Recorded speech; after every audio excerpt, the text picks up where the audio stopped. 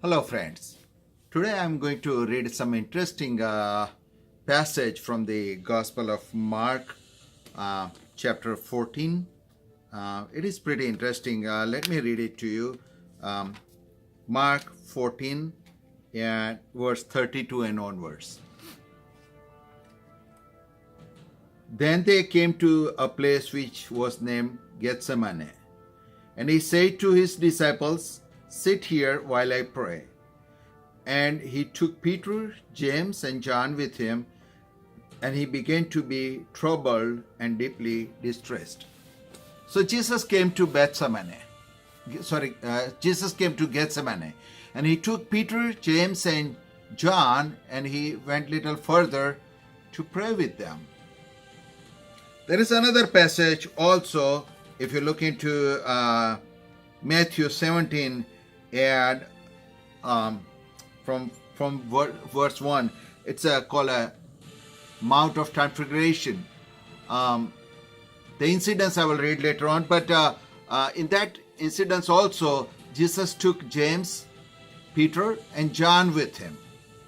Now, you might be thinking that why Jesus is giving preference to James, John, and Peter only, and why he did not took in these two instances all the disciples with him.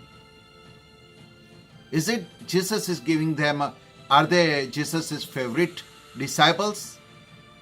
You know that how the disciples are selected in those times, where the best of the best of the best can become disciples of Rabbi in those times.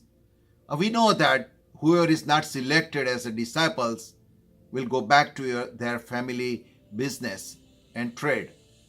So all these disciples were not selected by any rabbi. Only Jesus selected them as his disciples. So that means there was nothing special about them. There was no special skill, nothing special about them. Then why Jesus took these three disciples out of 12? Now, if you wanted to focus on their name, then it may unlock the mystery.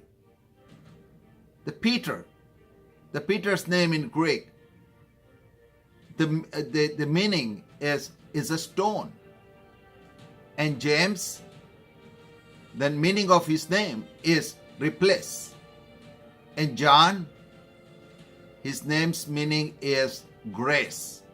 Now if you put together all these three names together, grace replaces the stone. Now what was written on stone? It was a law that was given on the first Pentecost, on the tablet, and it bring the destruction.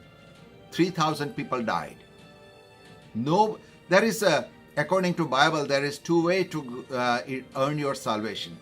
Either you keep all the laws and earn the entry in heaven and salvation. And no one is able to keep all the laws. There are 693 laws.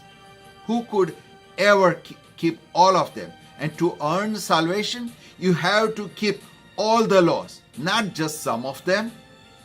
So there was an alternative route where Jesus came down and died for my and your sin and my and your wrongdoing, and simply by grace extended the salvation and eternal life through his sacrifice. And that is why Jesus says that, like symbolically, that Jesus is replacing the law by grace. Now there is an interesting event occurred on Matthew 17 verse onwards. Let me read this.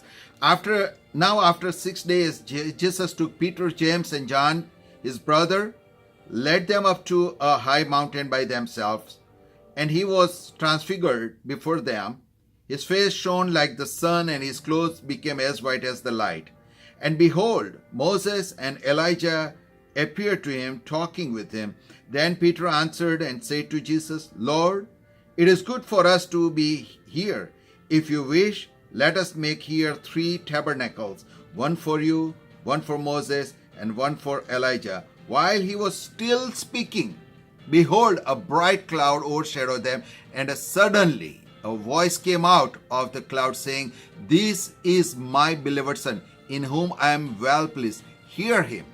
Now you see this? Jesus appeared to be talking to Elijah and Moses. And when he was talking, God the Father or the heavenly voice did not come. But when Peter mentioned, "Let me make 3 tabernacles, one for you, one for Moses, and one for Elijah," immediately, suddenly, at the same moment, the heavenly voice came down and said, "Listen to my Son." That means don't listen about Moses, that represents law, and prophet, Elijah represents prophet who talk to people about law. And why?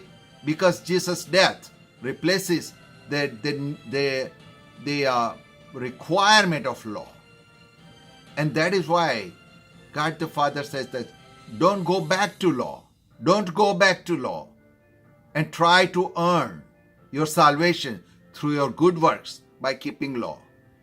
Don't go back to listening old prophet need to follow and earn your favor in front of God. Nobody can meet that requirement. You have to rely on Jesus and his grace. And that was the reason Jesus took James and John and Peter with him. Friends, no one has earned God's favor and salvation by keeping law and following law. Now, then why God gave the law in the first place? Let me tell you that God did not wanted to give the law, but people demanded that give us the law and we will keep all this law. Law is not bad. Law is just like a mirror. When you come from outside and you get dirty, you look into the mirror and it will show you how dirty you are. But mirror will not make you clean. No matter how much you rub against a mirror, you will not get clean. Law is just like a mirror. If you steal or if you lie, law will say that you broke the law and these are the consequences. But law will not tell you how you can get out of that punishment. And that is why Jesus has to come and die for us. Friends, law is a mirror.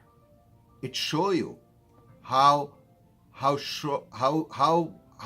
far you are in earning God's favor and salvation.